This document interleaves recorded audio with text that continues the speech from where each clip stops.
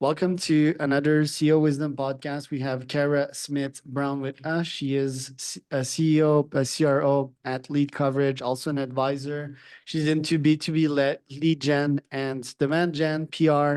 And today we're going to talk about her company, Lead Coverage mostly, GTM strategies and everything that she's about. She's also a network leader at Village Global. This podcast is presented to you by podper.com. If you want to start or scale a podcast, go to podper.com. We help you monetize podcasting. It's also brought to you by Qualium. It's a neurohacker supplement. It has some caffeine in it, the version that I take. And as a busy entrepreneur that crunches 16-hour days and ultras, I love Qualia to give me focus, give me good memory bouts, and give me drive throughout my day. Kara, welcome to the pod. Tell me a bit more about yourself and what you're up to nowadays. Thanks for having me. It's so funny you were talking about ultras. I'm an Ironman, so I feel like we are in the same boat here. 16-hour days and Ironman. Yeah, so lead coverage, we do demand gen, go to market specifically for supply chain. So we have a very specific niche. The niche is $2 trillion. So it's a big niche, but it's really specific. So we do a very specific process, which we call share good news, track interest, follow up. We've got a book coming out. We've got a team of 40. Things are good. We're having a great year. Let's start with Ironmans. So my brain is sort of burnt because I did a big uphill this weekend preparing for 100K in Puerto Vallarta. So I'm like heat training as well, which is pretty intense, like 40, 50 degrees uphill mountain. What's been your journey towards Ironman? Because I saw you started as a spinning instructor here at Yeah. David Barden Gym. So how did you get into all of that? It's actually a really funny story. I I'm a goal-oriented girl, and I am motivated by people telling me that I can't do things. And I had a crush on a boy in high school. And we were at a party after college. This is after I graduated college, and we were talking about Ironman. He was doing an Ironman, I don't know. And he said, "Well, you can't do one. You're not athletic enough." So I was like, "Cool, watch me." So I did it. So I did it. It was awesome. I did Ironman Wisconsin 2009. I was slow. It was a long day. I loved every minute of it. I was in my 20s. I feel like Ironman is usually like people in their 20s that have lots of time and energy, but not a lot of money, or like people in their 50s and 60s, like after their kids are out of the house that also have time, but now have a lot of money. So we were in the poor group. Um, we had a blast. I loved it. I spent 2 years training and taught me a lot about discipline and nutrition and all the things to accomplish things that you didn't think you could do, right? So I think less than 2% of all people on the planet are Ironman or ultra anything. And so it's cool to be in that club, you know? Or like Is 0.2% it or 0.2? yeah, or 0.02. That would make way, way, way more sense. Yeah. Or 0.0002. I'm a bit extreme here, but yeah, it's more around that. Um, which Ironman was that? Yeah, so I did Wisconsin in 2009. So this was before getting married and before babies and all the things that make me an adult. So as a kid, it was so much fun. Wisconsin's a great course. It's not quite as hilly as anything that they have in Mexico, but it was hard for me and it was fun and we got to go up and train. I built a really cool community around training at that time in my 20s, and it's what I did for fun. All my friends were out boozing and I was in the gym. Amazing. Yeah. Well, congrats on the accomplishment there. Yeah, you need Hey, to be sort of insane to do an Ironman. It's a very long distance. For folks that don't know, it can take up to 16, 17 hours to finish one. So yeah. quite intense. 4 kilometer swim, it's 180-kilometer bike and 42-kilometer run. Insanity. And then you decided to start your own business. So how did you compare that via the Ironman? um, that's really funny. I've never really compared them before. The Ironman is planned. You have coaches and strategy, and you have other races I'm sure you do for ultras too, right? You're doing actual marathons, and you're doing, 25Ks and 50Ks getting up to an ultra.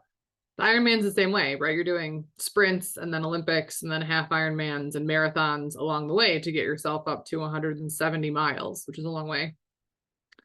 Starting a business didn't feel planned at all. Starting a business felt like jumping off the side of a cliff with no gear and just hoping that you were going to land. So a really different motion. I think Ironman felt very planned, it felt methodical, and there was also a finish line, right? An actual physical finish line.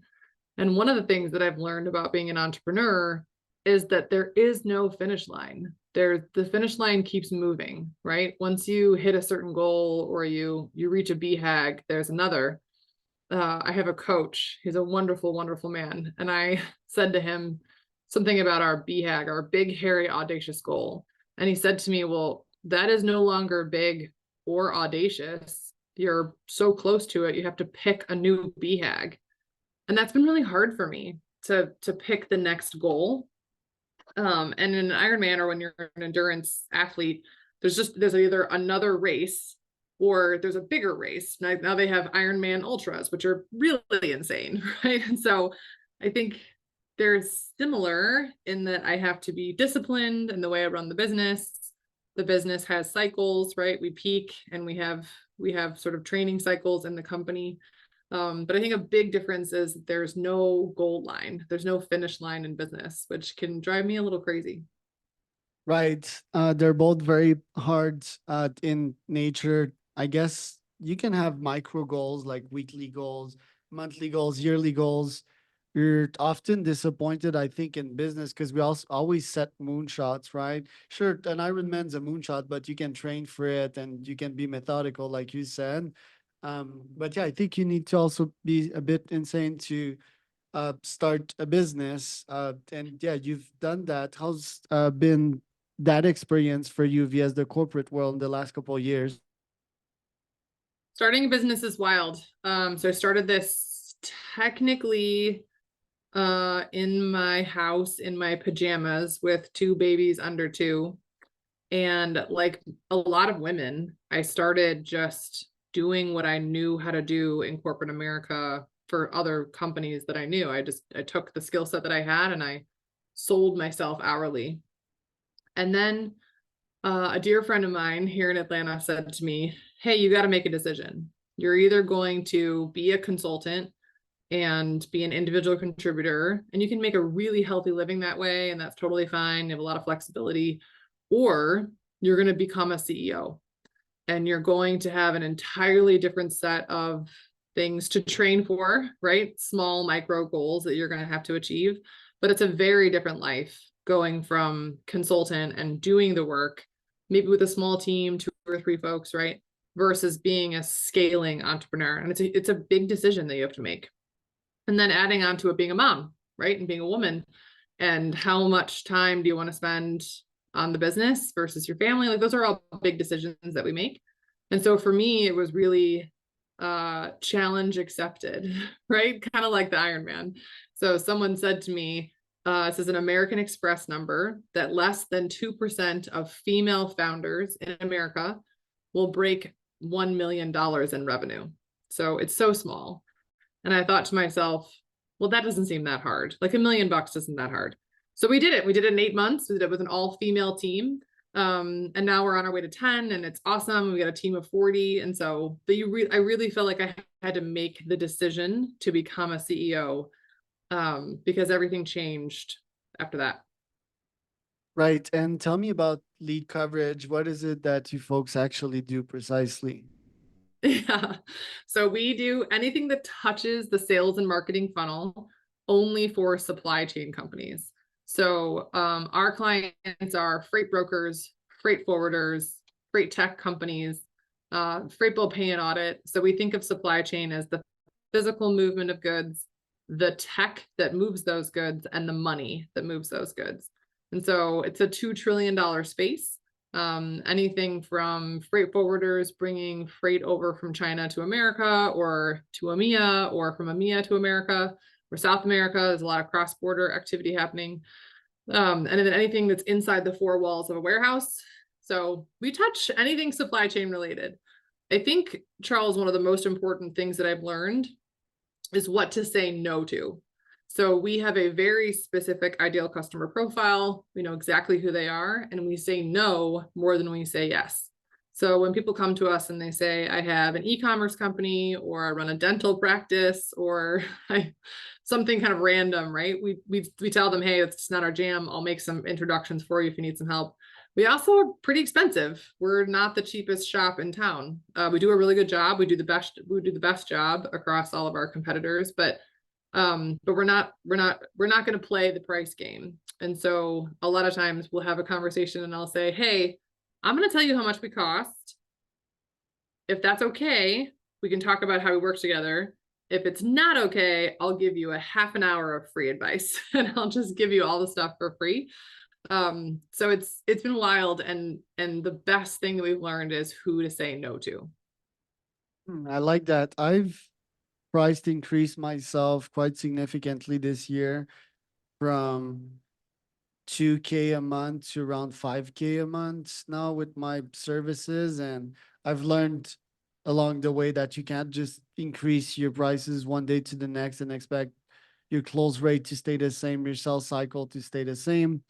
Still struggling to sort of justify these prices, like when someone is asking you why, trying to not brag, trying to not look like God in front of them, but also justifying that I'm twice as expensive as the other guy next door. How did you deal with that on your side? It's a really good question. Um, I don't. Uh, we just don't. We don't play the game. We don't justify. The way that I position it is probably pretty helpful. So I learned a long time ago that the human brain centers on the first number that you tell it. So in the pricing conversation, really we get to the bottom of the conversation. Everyone's really happy. They think we're awesome. We're really smart. We've proven ourselves. Got all these great case studies and ROI. And the other thing that I don't do is I do not use a deck. So I am pitching, you're talking to me, the human, you're not looking at a bunch of slides. It's just me and we're having a conversation. And then I'll say, hey, Charles, you probably are wondering, how do we commercialize? How do we go to market? So I explained that we are a retained shop, which means that if UPS called me tomorrow and said, we have $1 million project for you, but it's 90 days, I would say thanks, but no thanks, because I can't take my team off of the projects that they're working on for our clients that are retained, but multiple year retainers, right? So we are a retained shop. Our largest customers, the ones that I've just given you examples on, pay us $70,000 to $80,000 a month. And then you pause and you take a breath. And then you say, my minimum is $25,000 a month. And then you pause. And the next thing they say is one of two things. They say either one, holy cow, that is way more than I thought that I could ever spend. Like, I can't even imagine spending that much money. In which case I'm like, hey, no problem. Let's just give you as much free advice as I can give you in the next 15 minutes, right? Write this stuff down. Here we go. And we just give away a bunch of stuff for free. Or the other thing they say is, what is the difference between 80,000 and 25,000? And this is when you know you have a customer who's willing to pay you what you're worth. And then the conversation changes materially to, well, let's talk about your goals, right? How big are you? How much effort do you need, et cetera, et cetera. And there's a whole nother conversation about how we get to somewhere between 25 and 80. But you very easily weed out the folks who can't afford to work with you, right? And I'll tell you, in my experience, anyone who doesn't meet your minimum is going to cost more money than they're worth. A very smart man 1,000,000 years ago told me a $2,500 account is just as expensive to run as a $250,000 account. So get up market as fast as you can, because the bigger the customer, the easier they are to work with. And I believe this very, like, to my core. The clients that we have that are really problematic for us are the ones that are really trying to pay us 25 grand. That's a lot for them. And the ones that are great are the ones who are paying us 50 or 60, and it's a, you know, it's a line item in a budget that no one really even notices. Does that help a little bit? Very. I love that. So yeah, that was amazing. Especially the 15 minutes, like write all of this down part. I like that. Not sure if my brain is making sense out of it, but it starts to make sense out of it. Where do you learn all these golden nuggets? I saw, yeah, at Harvard recent education. I saw Chief. I saw that you attend various physical masterminds. So what's your learning system like? Charles, I learn as much as I can all the time. I have like all these books behind me, like full books. I've worn on my desk. I love learning. I think it's the greatest thing. I love being a human and I love absorbing everything from other people. So yes, I went to Harvard last year and MIT. I go back to MIT in the fall. I just got back from London Business School. It's just awesome. So I'm part of a group called the Entrepreneurs Organization, and they have international learning opportunities, and I take advantage of all of them.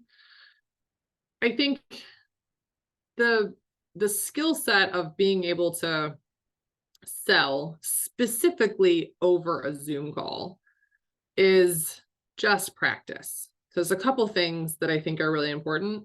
One is you have to almost make eye contact. Like, I'm not making eye contact with you. I'm clearly looking at myself because we all look at ourselves. But the idea that when they look at you, that you look like you're making eye contact. And then the other thing is we have 2 inches on the screen, right? I have some really fun things on my team. One of the things that I will do is I will use the whole screen. So I'll get really, really close on the screen when I want you to know something, and I'll actually put my finger in your face. Yes, put my finger in your face, or use your hands, right? Like there's an element of selling over Zoom that I think is so important these days, and people miss it, right? They're like looking over here because the camera's over here, but their screen is over here. Or I don't know, I've talked to someone where like you can only see the top of their face. Their mic doesn't work right. It's just the background. Like, you need to be present in the space in order to be able to sell on Zoom. And then Jack, God, what is Jack's last name? Which Jack. Jack? Jack Um, Altman, Jack Twitter, it's right behind Jack. me. He wrote the sales playbook. But it's Uh, great, and it's so many of the sales books are entirely true, right? Thank you notes, following up, really, and just energy. We actually we call it big teeth energy. You probably can't do this. It might be awkward for you, but I put on bright red lipstick when I get on a call. And so the more you can laugh and the more you can, like, people want to buy from people that are awesome and fun and like, are like moving and shaking. Actually, let me tell you a funny story. So I made a huge mistake. We were closing a huge deal, right? Like $1 million deal. It was a huge deal. We're closing this big deal. And I made a mistake on the contract back to the attorney, right? And this attorney was like, this is bullshit. I can't believe this. Like, and I was so embarrassed. So I said to my attorney who was getting on the call to like finish this contract. This is a big company, right? Like, they're very all buttoned up and I'm like a little business. And I said, hey, it's very hard to change the energy on a Zoom call. So we are going to start the energy of this Zoom call with laughter.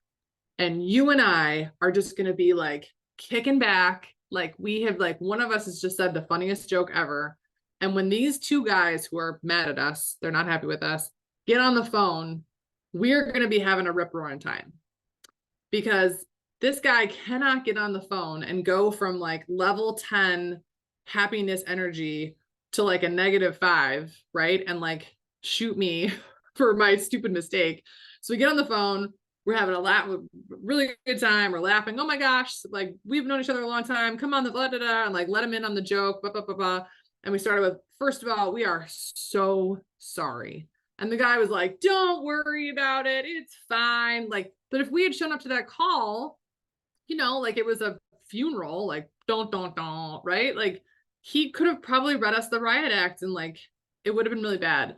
So I think the idea that you have control of how the room feels, how the Zoom room feels by your energy on calls. And the better you get at bringing big teeth energy, and I wear a big scarf, right? Like, how do you get big and how do you show up with that kind of energy on calls? And then you own it. You own the room, right? And if you own the room, then you can own the conversation. That's so unconventional and fascinating. Yeah, I mean, I just show up with this hairstyle and be It's like, what big the hair. I like fuck the is hair. that? Um, by the way, it's not even on purpose. Um, or if I would have a lawyer pissed off at me, I would confront because I fucking hate people trying to bully someone for making a mistake, like stuck up lawyer, get out of yourself, Um, but yeah, your technique probably led to a sell, VS mine wouldn't lead to a sell. I'm But not yeah, that nice all the time. yeah, it's like get over the mistake, right, lawyer? Anyway, fascinating stuff. And yeah, like you gave really unconventional advice there. Starting a call with a laugh. Yeah, I wish people would understand biochemistry a bit more nowadays, generating serotonin, straying away from cortisol and so forth. Now, you offer a variety of product I saw in your company. Do you like pitch them individually? Do you use one as a door opener? What does a first call with you look like? Yeah, thanks. That's a good question. The short answer is no. Everything is the same. We we do everything is bespoke. So every client is different for us. They're also paying us, 50 or 60 grand a month. So it should be very specialized. But the first call with me is usually me asking a lot of questions. And I think one of the things that I learned from London Business School just 2 weeks ago was that we as a company, and I think we as sort of humans in 2024, we have lost the art of asking great questions. And so I'm curious about these companies. I have a call today this afternoon that I cannot wait to have because I want to ask this guy like 10 questions about his business. I know the business, I'm familiar. I want to know how they're doing. I want to know how they're doing what they're doing. Like, and I think if you can show up with genuine curiosity, you will sell without selling. Really. I mean, we both know we're on the phone because they might want to buy from us, and I'm perfectly happy to sell it to them. But at the end of the day, my best calls are the calls where I am just really curious and asking a ton of questions. And my friend Katie Ivey, who's the CRO of Walnut, taught me this. She taught me that curiosity in a salesperson is what she looks for most of all when she hires, because someone who's curious is going to be able to find the little nuggets that need to be solved. And it's not about me telling you about my product or me telling you about my team. Like, you don't really care that much. What you really care about is, do you care about my problems? And can you help me with a solution? But the only way to know that I care about your problems is for me to ask you about them. Right. And sometimes I'll say things like, tell me that in another way. Or can you give me more detail on that or explore that a little more? And the more you ask them, the more that they're excited to talk about themselves. And I think this isn't mathematical, but I would bet you that my close rate is faster when I let them talk more. And so one of the things that I like to do with my leadership team is when they're doing one-on-ones with people or when they're talking to clients is to check on your recording system, whatever you're using, Gong or Fireflies or Otter, how much are you talking? And to keep it under 40%, because if you're letting them talk more than half the time, they feel heard. Right. Love that. Yeah, I am fully behind that approach. In terms of PR, I don't like modern PR or how most people do PR, which is riddled with fakeness, in my opinion. So, how do you do good PR and the right way? That's a good question. So our PR, we like to call performance PR, or a way that someone else said to me was commercial PR, which I think is really a good way to say it. We are usually doing PR to either share a new product or something that's happening that's exciting, or thought leadership. Thought leadership is something that is, I believe, not used enough in the right way. What I mean by that is thought leadership should come from your leadership team, from the human beings on your leadership team. And it's more than just what's going on inside your business. It's a little bit about the people that run your company. It's about how they perceive the world. What are they seeing in the marketplace? And then what is their very specific point of view? And so you actually have to have a point of view, which some people don't. So step one, get a point of view. Step two is to share it. And we like LinkedIn. LinkedIn is our tool of choice. We're B2B, right? We don't do a ton of B2C work. So actually we don't do any B2C work. So for us, it's about LinkedIn. And one of the other things that I like to say to people about LinkedIn is that less than 1% of your audience will see whatever you post. So perfection is the enemy of progress. Just get it out there, right? Have a point of view, share it. 5-10 people will see it, 1,000 people will see it, 38,000 people will see it. It doesn't matter. They're not going to retain it. It's about volume at this point. Just get it out. And why are people opposed to that approach? Because that's exactly how I do things, but I find a bunch of people that are like, yeah, obsessed on the quality and make it a great story, which is usually what we see in the top of our feed on LinkedIn. You know, I don't know the answer to that question. We don't spend a lot of time on storytelling, right? We do it because we have to. Some clients really, really get excited about storytelling and the way that they are approaching their brand. But at the end of the day, I believe it's progress over perfection. And we do have some issues with executives who kind of feel like they have to get every word right. And we have to remind them, like, you're not being quoted in the New York Times. Like, we can take this down, right? This is not a book, right? We can take it offline if you don't like it later. And the last thing I think is that sometimes you have to remind people nobody cares. Like, nobody really cares what you're posting. They're interested. They want to see your point of view, or they're looking for something specific and they want to know, if you have a point of view on it. But at the end of the day, you're one of many voices. And so I think it's important for us to remind, especially executives, that they're one of many when it comes to thought leadership. As an executive myself, it can feel very isolating at the top, right? Everyone tells you you're great all the time, even though you may not be great all the time. And so it's easy to sort of get into the echo chamber of everything I say has to be perfect, but we're all human. Right. Good advice again. Where can people find out more about you, Kara? Yeah, I'm on LinkedIn, Kara Smith Brown on LinkedIn. You can also find me at Lead Coverage, www.leadcoverage.com.